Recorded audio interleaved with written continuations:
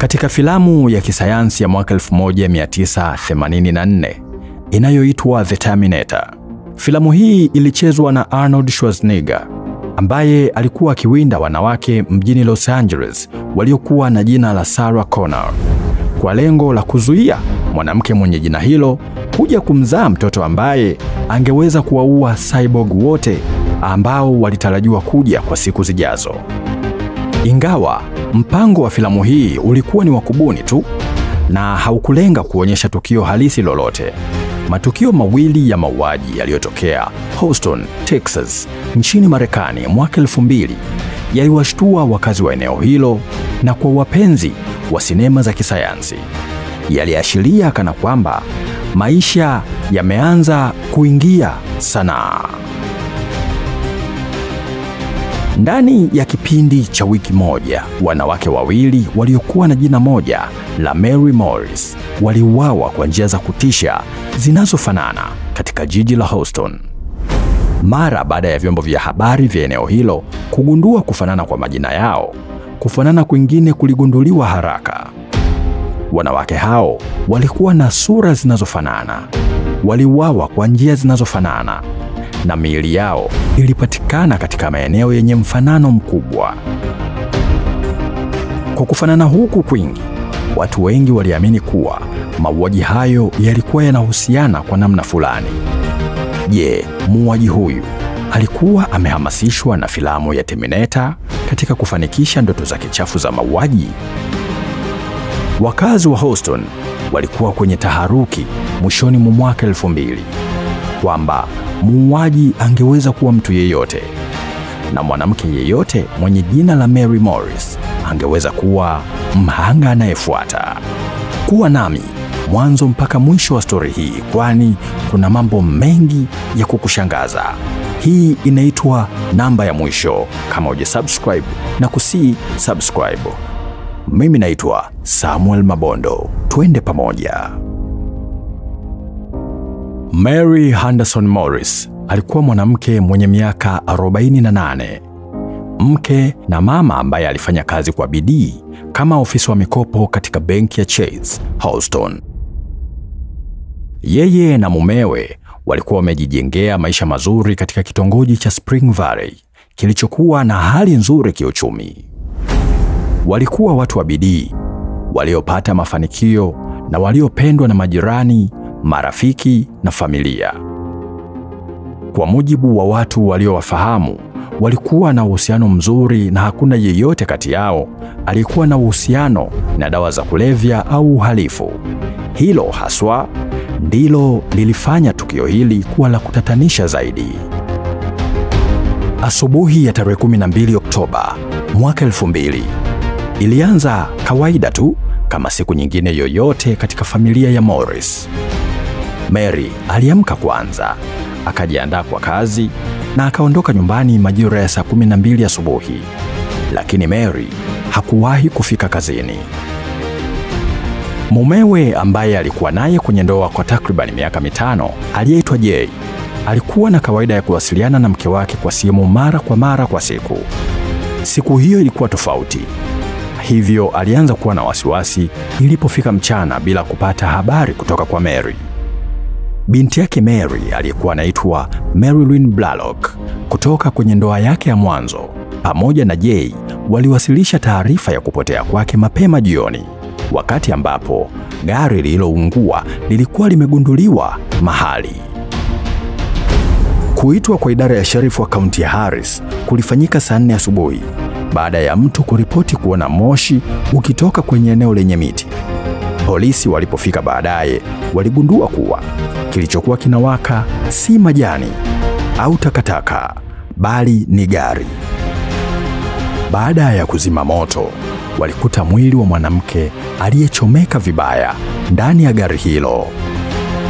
Mwanamke huyu hakuwa mwingine bali ni Mary Henderson Morris. Moto uliharibu mwili kiasi kwamba wataalamu wa uchunguzi wa maiti walishindwa kubaini chanzo cha kifo, ingawa kifo chake kilitangazwa kuwa ni mauaji. Utafutaji ulionyesha kuwa pochi na pete ya ndoa ya Mary havikuwepo, jambo lililoashiria wizi, lakini maswali mengi yalibaki. Swali la kwanza, kama ilikuwa wizi, mbona gari halikuibiwa? Swali la pili, kwa nini mhalifu amechoma gari ili kuficha ushahidi wa wizi tu? Inawezekanaje? Na swali la tatu, ni kwa nini gari lilipelekwa kwenye eneo la kichakani na kuchomwa moto? Kwa jinsi uchunguzi ulivyoendelea, kifo cha Mary kilizidi kuonekana ni cha ajabu sana. Siku 4 baadaye, familia ya Mary ilimzika. Ilikuwa ni tarehe 16 Oktoba. Binti yake, Marilyn Blalock, alienda ofisi ya uchunguzi wa maiti kuchukua baadhi ya vitu vya mama yake. Lakini aliingia katika tukio la kutisha na la kushangaza sana, kama tamthilia ya Twilight Zone. Walinieleza kuwa bado wana mwili wa Mary Morris, alieleza Blalock. Nilishtuka sana.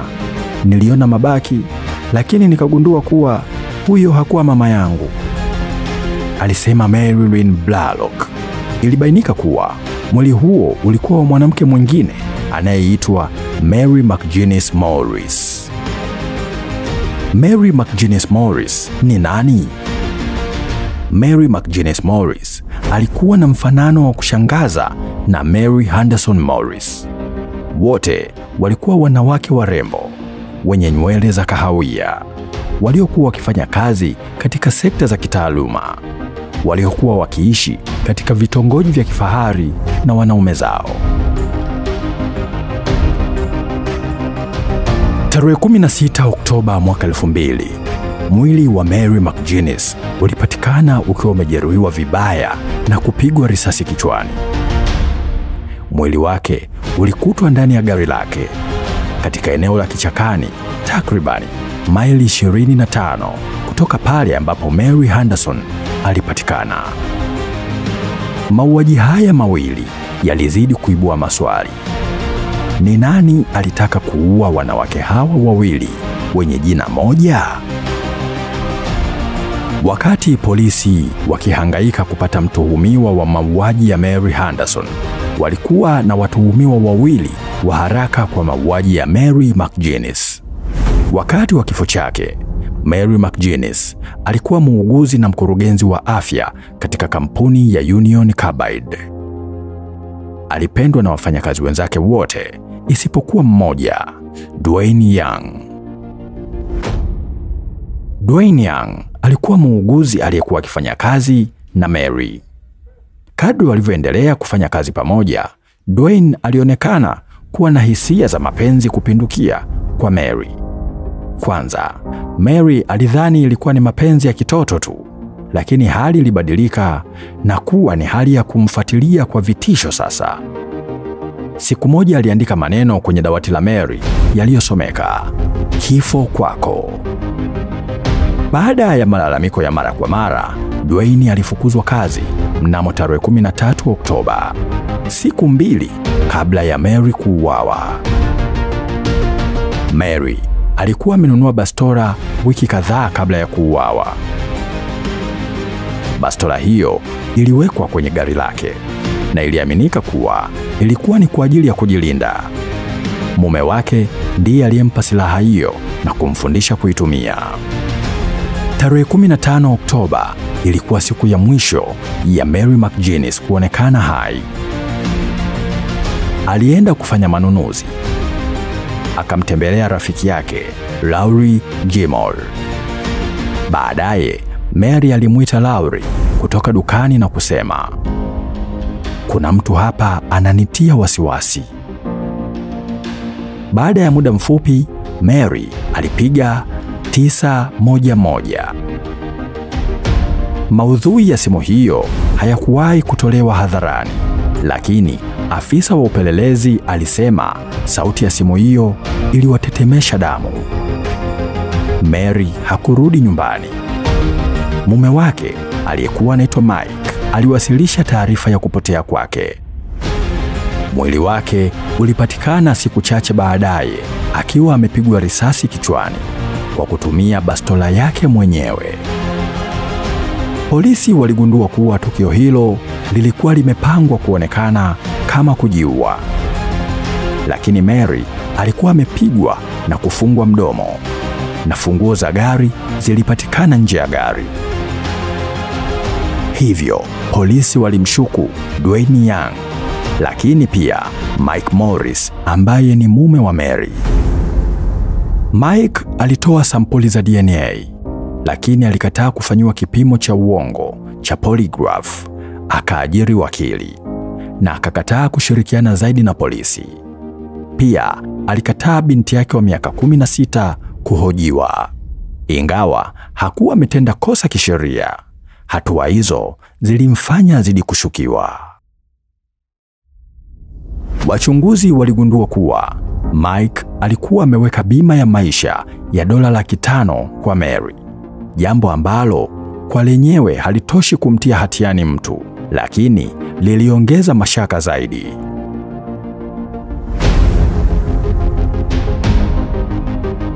Lakini hili lilianza kuibua maswali mengi kwa wachunguzi. Ingawa ushahidi haukuwa wa kutosha, lakini baadhi ya matukio yalizua wasiwasi mkubwa kwa wachunguzi. Kwanza, waligundua kwamba Mike Morris, mume wa Mary McGinnis Morris, alipiga simu ya ajabu kwa mke wake. Alipiga simu ya ajabu kwa mke wake dakika chache kabla ya kuuawa. Rekodi za simu zilionyesha kuwa Mike alimpigia Mary karibu kabisa na wakati ule ule ambao Mary alipiga simu ya dharura 911. Cha kutisha zaidi, Mike alikuja kudai baadaye kuwa hakumbuki kabisa kama alipiga simu hiyo. Kwa wachunguzi, hilo lilikuwa gumu kuamini, kwani ni vigumu mtu kusahau tukio la aina hiyo, hasa ikizingatiwa uzito wa tukio hilo. Ukiunganisha na ukweli kwamba Mike alikataa kushirikiana na polisi, alimuajiri wakili mara moja, na kulikuwepo na sera ya bima ya maisha yenye thamani kubwa, wengi walihisi kwamba Mike Morris alihitajika kutoa maelezo zaidi. Je, ilikuwa ni mauaji ya bahati mbaya? Wakati wanawake wawili wenye jina moja waliuawa kwa njia zinazofanana kwa siku chache tofauti, nadharia mpya ilianza kujitokeza. Vipi kama muuaji alimuua Mary Morris aliyekuwa siye mlengwa? Kwa maneno mengine, vipi kama mauaji ya kwanza ya Mary Henderson Morris yalikuwa ya bahati mbaya na muuaji alikuwa anamtafuta Mary McGinnis Morris? Nadharia hiyo inasema hivi: ikiwa mtu alitaka kumuua Mary McGinnis Morris kwa sababu binafsi au ya kikazi, huenda aliwaajiri watu wa mkataba, yani hitman. Ikiwa wauaji hao walipewa tu jina na maelezo ya jumla kama vile mwanamke mweusi mwenye nywele za kahawia, jina Mary Morris anayeishi Houston, basi inawezekana waliweza kumwinda mtu tofauti, kwa sababu wanawake hawa walikuwa na umri, umbo na muonekano unaofanana. Ingawa nadharia hii ni kweli, basi inamaanisha kuwa Mary Henderson aliuawa kwa bahati mbaya, kwa sababu alifanana tu na yule aliyelengwa. Na baada ya muuaji kugundua kuwa amekosea shabaha, aliendelea kutekeleza mpango wa awali wa kumuua Mary McGinnis Morris siku chache baadaye. Ingawa wazo hili linaweza kuonekana la ajabu, wachunguzi hawakuweza kulitupilia mbali kabisa, hasa ikizingatiwa kuwa hakuna ushahidi madhubuti katika mauaji hayo mawili. Na nadharia ziliendelea kuibuka zaidi, lakini hakuna aliyekamatwa. Dwayne Young, mwanaume aliyekuwa akigombana na Mary McGinnis kazini, na Mike Morris waliendelea kuwa watu wa kushukiwa kwa miaka mingi, lakini hakuna mashtaka yaliyowahi kufunguliwa dhidi yao. Polisi hawakuwa na ushahidi wa kimwili wa kutosha wa kuwaunganisha moja kwa moja na maeneo ya mauaji. Mara kwa mara, Polisi walipokea vidokezo na taarifa mpya ambazo zilionekana kuleta matumaini, lakini zote ziliishia bure. Hadi leo hii, mauaji yote mawili bado hayajatatuliwa. Baada ya mauaji hayo kutokea, familia za Mary wote wawili zilivunjika moyo sana. Si kwa sababu ya kupoteza wapendwa wao tu, bali pia kwa sababu ya maswali ambayo hayajawahi kupata majibu. Kwa Marilyn Blalock, binti wa Mary Henderson Morris, kumpoteza mama yake kwa njia ya kikatili bila maelezo ilikuwa ni pigo kubwa sana. Na mkanganyiko uliozuka baada ya mauaji ya Mary wa pili uliongeza machungu zaidi. Kesi hizi ziliibua makala nyingi sana kwenye runinga, podcast, makala za uhalisia yani true crime, na hata nadharia za njama. Wengine waliamini ilikuwa kazi ya muuaji wa mkataba aliyevuruga kazi. Wengine wakasema labda alikuwa ni serial killer aliyechochewa na filamu kama The Terminator. Lakini ukweli unabaki kuwa wanawake wawili, wote wakiwa na jina moja, Mary Morris, walipoteza maisha yao kwa njia ya kikatili isiyo na maana, na wauaji wao bado wako huru wakidunda mtaani. Hadi leo mauaji ya Mary Morris wawili yanabaki kuwa mojawapo ya kesi za kutatanisha na za kutisha zaidi katika historia ya Texas. Kukosekana kwa vielelezo vipya na mafaili yanayozeeka pole pole kunafanya wengine wahofie huenda ukweli usijulikane kamwe. Lakini kwa familia za waliouawa, matumaini bado yapo. Wanasubiri siku ambayo mtu mahali fulani atajitokeza na taarifa itakayofungua fumbo hili. Mpaka hapo, hadithi hii ya mauaji ya Mary Morris wawili itaendelea kuwapa mshtuko wale wote wanaothubutu kuuliza, je, ilikuwa ni bahati mbaya au kuna jambo la giza zaidi lililojificha nyuma yake? Hii ni Namba ya Mwisho. Mimi naitwa Samuel Lawrence Mabondo. Ninakusihi kimoja tu, usiache kusubscribe. Ciao.